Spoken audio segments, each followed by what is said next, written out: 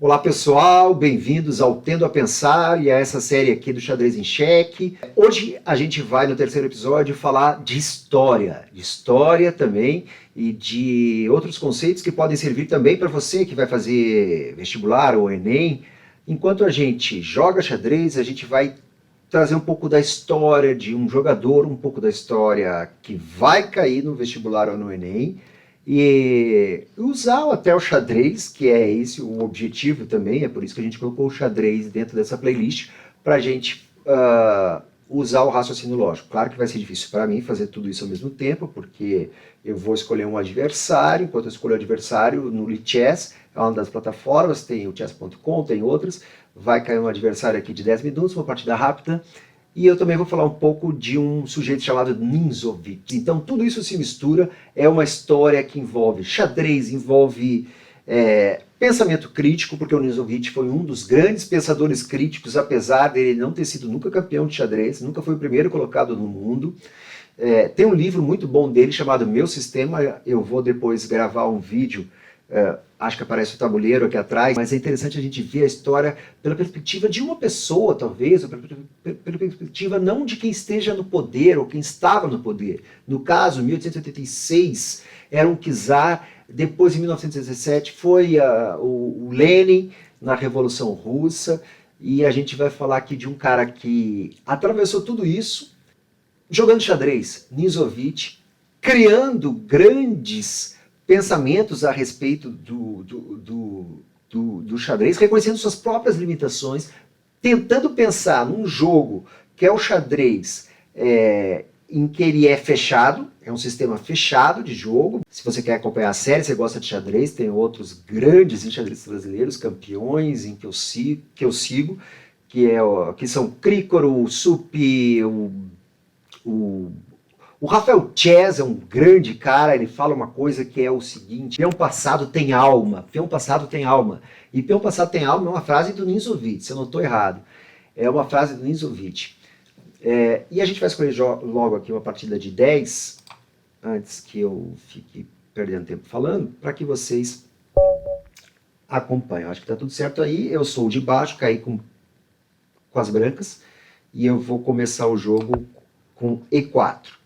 E4, vocês que não sabem, que não conhecem xadrez, como eu não conhecia há muito pouco tempo, eu joguei na infância, já contei isso, mas essa coisa de dominar as casas, de saber qual é a casa que os jogadores sabem, G6, G4, é uma coisa que para mim ainda é um mistério. Eu tenho uma certa idade provecta, e o que me impede de raciocinar tão rápido assim quanto eles. Mas a gente vai falar de história, como eu falei também, né? Aqui eu estou fazendo uma abertura que não tem nada a ver com o Ninzovich, né? Porque ele tem uma defesa, inclusive, chamada Ninzovich, que é muito bom, mas eu não sei jogar ainda. E eu abri aqui com uma abertura normal, uma abertura italiana. É uma das que eu tenho mais sucesso. Isso já dá um prognóstico bom. Se você está aqui, olha, eu acho que eu vou ganhar essa partida. Só porque eu abri desse jeito, porque é o jogo, a abertura que eu mais faço no xadrez, é essa abertura aqui. Peão E4, tira cavalo, tira bispo, você já pode rocar o rei, tá vendo ali? E dali em diante é só seguir fundamentos básicos da abertura e esperar que o seu adversário, no caso, não ver quem é, eu tento ver o país, né? Eles não botam o nome, né? Eu botei meu nome aqui, ó, Marcelo Fleury, eu tenho 1165, desde a última partida, né? Essa é a terceira da série. E eu tô perdendo tempo novamente, mas eu queria dizer isso aqui, ó, que é do livro do Ninzovich, que ele diz assim, ó: embora possa parecer cômico, para mim, caros leitores, em 1920 os caras escreveram isso, o peão passado tem alma, e assim como os homens, possui aspirações que habitam seu interior e temores de cuja existência apenas suspeita. Cara, um peão apenas suspeita. O cara fala isso, tá lá, em 1920, a Rússia revolucionária, em plena guerra civil, de 1917 a 1922, você estudou, você sabe, E o cara escrevendo isso, assim, né? São características da história que eu acho muito legal, porque a gente tende a entender a história como uma coisa que todo mundo foi junto desse lado, todo mundo foi junto para aquele outro lado, e não é assim. O que aconteceu? Perdi? Ganhei. Ele desistiu. Eu demorei demais. Desculpa, não era a minha intenção demorar tanto assim, mas o meu adversário acho que desistiu. Puxa, que pena. Mas eu tinha bastante tempo aqui.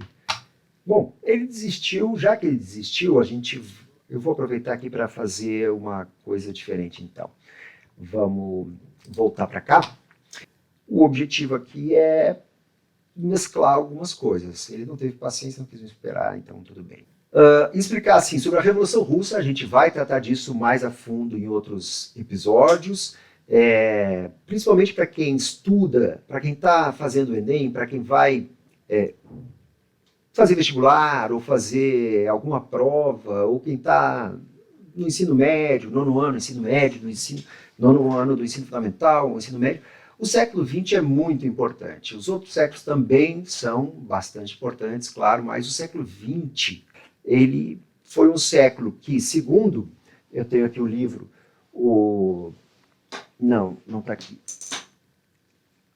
A Era dos Extremos, nosso famoso Eric Hobsbawm, está aqui não. A Era dos Extremos. Espera aí que eu vou pegar.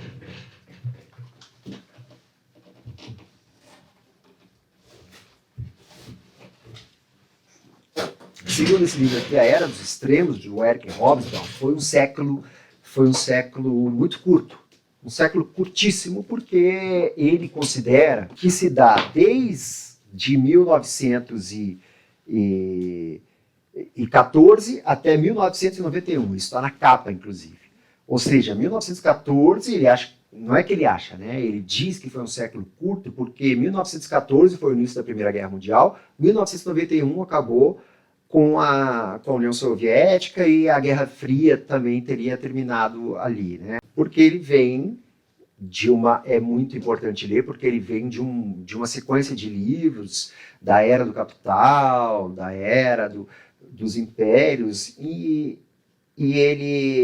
a Era das Revoluções, em que ele fala das revoluções industrial, da Revolução Francesa, e a Era dos Extremos é a Era da Guerra. E o Eric Hobsbawm, era isso que eu falava, ele comete a inteligência de associar as duas guerras como uma só. Então, é o período da Primeira e Segunda Guerra, é o período das guerras. E aí depois vem o período da Guerra Fria. A Primeira Guerra Mundial começou em 1914, em função desses conflitos das potências europeias, né? Essas potências queriam cada uma ser dona de um pedaço da África. E era um continente que não podia ter as suas próprias divisões. Então, todas as divisões geográficas que foram feitas na África foram feitas a partir de uma concepção europeia. E a partir dessa concepção de domínio europeu, para você ver como ser poderoso nem sempre é bom, porque tem sempre outra pessoa ao teu lado também querendo disputar contigo. E aí queriam a Alemanha, outros países ali, claro, o Império Austro-Húngaro entra na Primeira Guerra Mundial, o assassinato do herdeiro lá, o Ferdinand do Império Austro-Húngaro na Bósnia, né? São questões que entram, mas uma grande questão era essa questão assim, de quem domina o quê, quem é o quê, e pô, todos nós somos vizinhos, daqui a pouco um vai dominar o outro.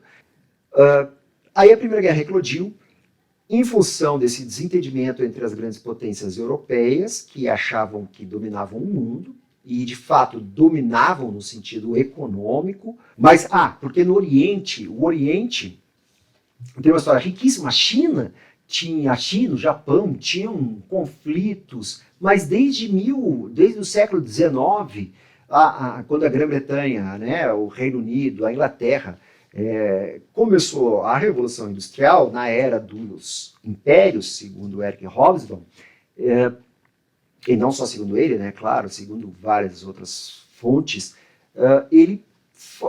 a Inglaterra foi dominar os mares. A Inglaterra, os britânicos dominaram os mares e com a Revolução Industrial, com a produção em massa, tinha uma produção excessiva. E essa produção excessiva de bens, de consumo, precisava ser escoada. E ela ia ser escoada para onde? Para algum lugar que comprasse. E a Inglaterra só não dava conta, os ingleses não davam conta de comprar isso. Então precisava expandir, aí começa ou aí ganha mais fôlego ainda o comércio internacional. E quando se vai até a China, vê lá que tem um monte de gente, vamos vender para os chineses. Vamos vender para os chineses. Então a Inglaterra chega lá e fala, chineses, vocês comprem isso aqui. Mas os chineses dizem, a gente não precisa disso aqui. E aí, como é que se faz? Bom, aí veio a guerra, aí vieram várias outras guerras, uma delas é a Guerra do Ópio. E daí, a Primeira Guerra foi isso. Então, assim, não pode ser só os britânicos, também tem que ser um pouco nós, onde é que a gente entra? Não vai conseguir entrar com os chineses, porque os britânicos já foram lá e tiveram um problemão. Vamos entrar na África. Pegaram a África, cada um partilhou a África entre si, os alemães também queriam um pouco, aí teve aquela coisa do assassinato do Francisco Ferdinand, que é o estopim da guerra, aí uma aliança aciona a outra, daqui a pouco entraram numa guerra sem fim, que não fazia o menor sentido, como qualquer guerra, e ela foi terminar mais adiante, mas antes, em 1917, teve a Revolução Russa. E o Nizovich, que deu origem a esse vídeo aqui, sobre o qual eu falei, ele tem um livro sensacional. Os livros de xadrez, Nizovich, os livros de xadrez, muitas vezes, são áridos, pois carecem por completo de senso de humor. O cara falar isso em 1920 e falar que os livros de xadrez, que aos livros de xadrez falta senso de humor, é maravilhoso, né? É maravilhoso.